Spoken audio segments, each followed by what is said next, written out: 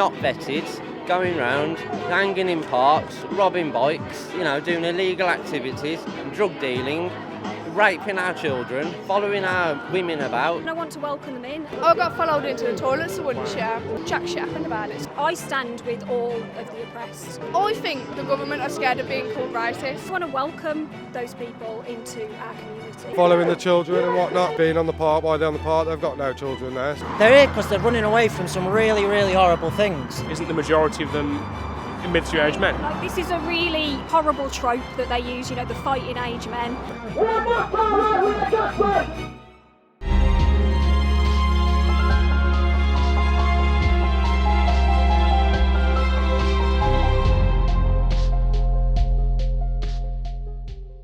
I am at the Roman Way Hotel, protest in Cannock, protesting the migrant hotel, the Roman Way in Cannock. Let's start asking some questions, lads. I agree with them coming over, yeah. Do what you need to be safe, but at the end of the day, when they're coming over and attacking girls and stuff, teenage girls, little kids, anyone, some even men on men, it's weird, and it doesn't make any sense because they won't get done for none of it. I mean, personally, I've had experience with it.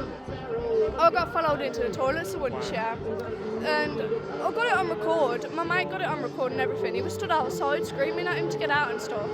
And so we went to security. We took him to the police station because he didn't understand much English. We were like, oh, let's take him over here. And then we went into the police station. We all made our statements. Jack shit happened about it. Sorry, pardon my language. I think the government are scared of being called racists. It's just weird. And if it was up to you, what would you do to all these people? Deport them?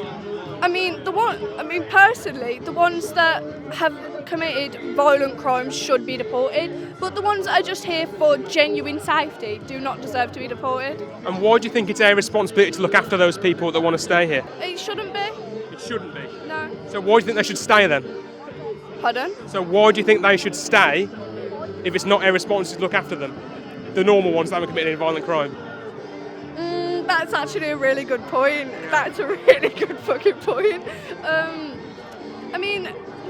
No harm comes in helping people, but then again, when there is harm in helping people, you shouldn't be involving yourself in that, if that makes sense. Yeah. So what if I said that if those people are here and they stay, that they're going to take maybe a house in the future, maybe they're going to take a job in the future, maybe that job could go to you, maybe that house could go to you, and having more people here and the same surplus of the same number of houses? I think you prioritise your own people, but then again, it doesn't help. It doesn't harm you to help. And what would you say to people over there? What would you say to them that are protesting and saying everything else? I think they're all pathetic. Yeah? They genuinely want to antagonise us and make us look like we're all fucking violent when we're not. We just want people to be safe. We don't have a specific problem. If we see an immigrant walking down the street, we're not going to go scream at them, are we? But if they're being harmful, we will. Your daughter was telling me that she had a very, very bad experience with one of these migrants. Yes, she was in Cannock and she got followed into a female toilets by grown men, middle-aged fighting men. Her friend was with her. Luckily, her friend is a lad, but he's gay. He's a really nice lad. He's gone into the toilet and screamed, and they went to the security guard, got the footage up, found the police. The police turned around and did nothing. They said, we'll keep an eye. Why do you think the police did nothing? I don't know. I can't answer that. I don't know why they're not doing nothing. Are they fueling the fire as well? And I take it you guys are local, Cannock locals? Yeah. Born and bred. Yeah. So this must be quite frustrating for you because you're here to do some really good community work. You're trying to protect your daughter, literally your daughter, your family. What is this ancestors and future generations? Yeah. So it must be quite frustrating for you to sort of see that these people here are trying to defend those. They're not even from Canada. They've got a flag there saying no racism. This isn't a racism war at all. It's the government chucking in 1 million asylum seekers. Amongst them, they're illegals. Amongst them, they're ISIS. Amongst them, they're not vetted. you know, and they're going out now, and I think time's come where everyone's coming together because they don't want their streets looking like it's looking now. They're hanging in parks. Why are asylum seekers hanging in parks? You know, it doesn't make sense. Us grown men, we wouldn't go with our mates and go and chill in, you know, children's parks on the slide and on the swing. You know, it's fucked up. So why are you guys here as a family? I've interviewed your daughter really. So why are you guys here today? Protect our streets and not let the illegal immigrants in, not vetted, going round, hanging in parks, robbing bikes, you know, doing illegal activities, drug dealing, raping our children, following our women about, you know, like, and then it's all come out, ISIS, you know, ISIS are coming into the boats, you know, GB News are putting on, you know, like, different clips, different videos of getting them in the boats, you know, and sending them over. Say there's 100 in that boat, you could have 20 ISIS in there, hiding in hotels and then ready for the go-ahead to come out and ruin our country. End of. They said years ago that they would take over the world. Why are you here at the protest today for the Rome Way Hotel? Well, I'm here. I've lived in this town for 57 years. To have this sort of thing happening in my community is very strange. It's been taken over. That's why I'm here, and just to support my community. Now there's some communist protests going on. Workers of the World Unite is communist, so clearly some communist eyes there. Why are you guys here? Yeah, so we're really here. Obviously, we understand this is going on. It's a year since the Southport attacks. We basically stirred these things. They use that as an excuse to sort of bring up these protests. When we found out this was going on, for me personally, you know, I feel for any of the migrants who are housed, you know, we want to be able to show that not everyone's against them. You know, it must be pretty scary to open your window and see a bunch of people screaming and shouting and saying, go and fuck off, all these horrible things. But I don't think that's what Britain's all about. I think there's a lot of people who, you know, they want to do good for themselves, do good for others, and be a good person. And that includes people from other countries.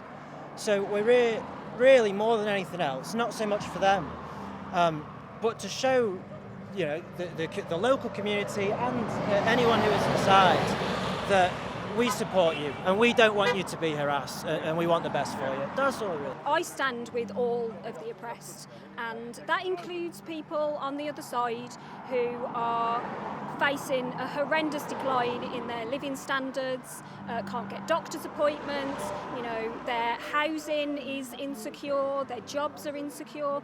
We're all the same, us here, them over there, and the people who are in the hotel.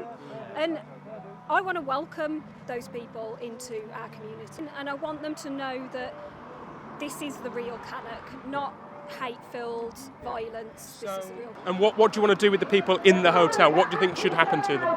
Well, they should be deported. Yeah. Gone straight away from the country, because how much have we paid for them to be here? They're over the Longford Park. We're having reports following the children and whatnot.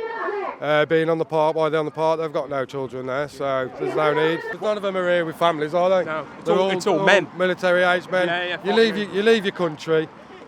When you get to war, you leave your family at home. You don't leave your family at home if you're going for a look for a better spot, That's right. better place to live. And what do you want to happen to the people inside the hotel? Do I want it to happen to them? Send them back home. Yeah. Deported? Yeah, deported. We don't need these people here. We don't know what they are. You know, their offences back home and that, you know. We don't know what they're going to do around here, you know. Why should they be here and why shouldn't they be deported? It's really important to recognise that we're all suffering, but they are blaming the wrong people. The people that have come here for a better life, to flee persecution, to build a life for themselves and for their families and to contribute to our community. That's what they've come here to do. So who do you think they should blame? The government, the rich and the powerful, that's who is to blame for all of this, for all of our shared suffering. We're not against them as people. You know, I think they're mad and they're angry and they blame immigrants, but their school systems are crumbling, the healthcare's crumbling, the roads are rubbish. We're all British, we all know that everything's a bit shit at the moment.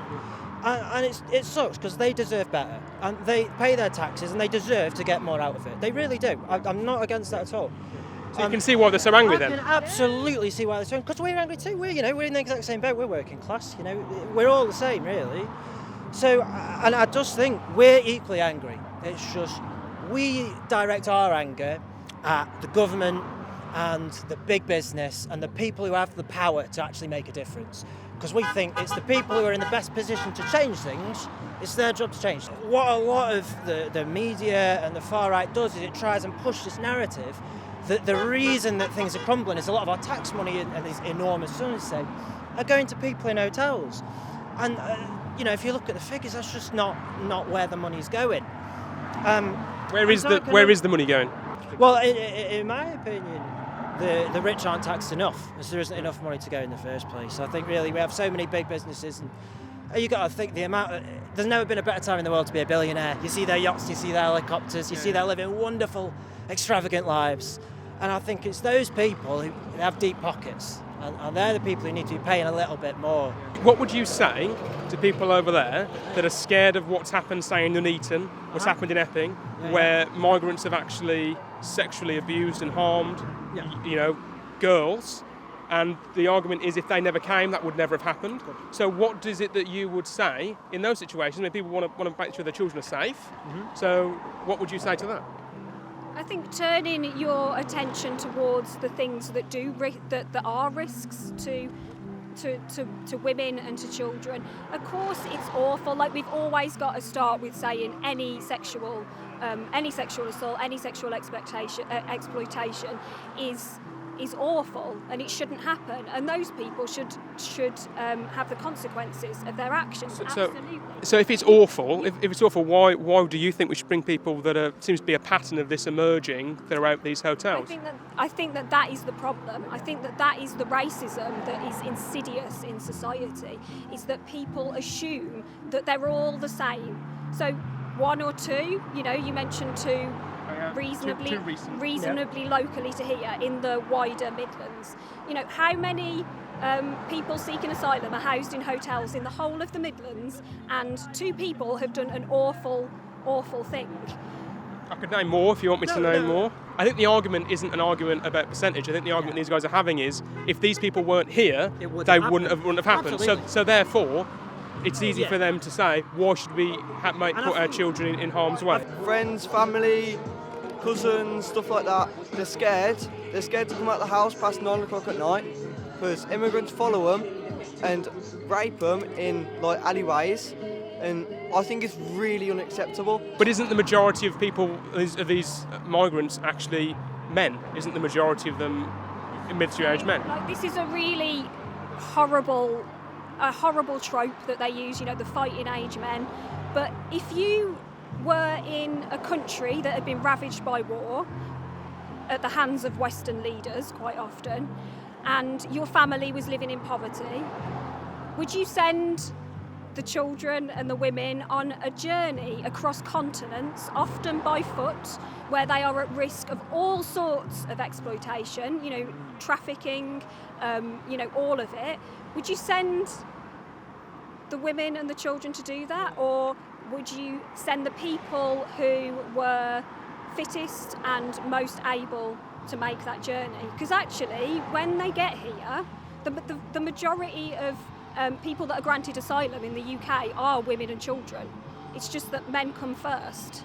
So why is it that they've gone through all those safe countries and end up here? Yeah. We're an island. So why do you think that we should say, yeah, we want them, or we're going to have them here, when they're with all these safe countries? Is it because they see us as an easy target to get money from?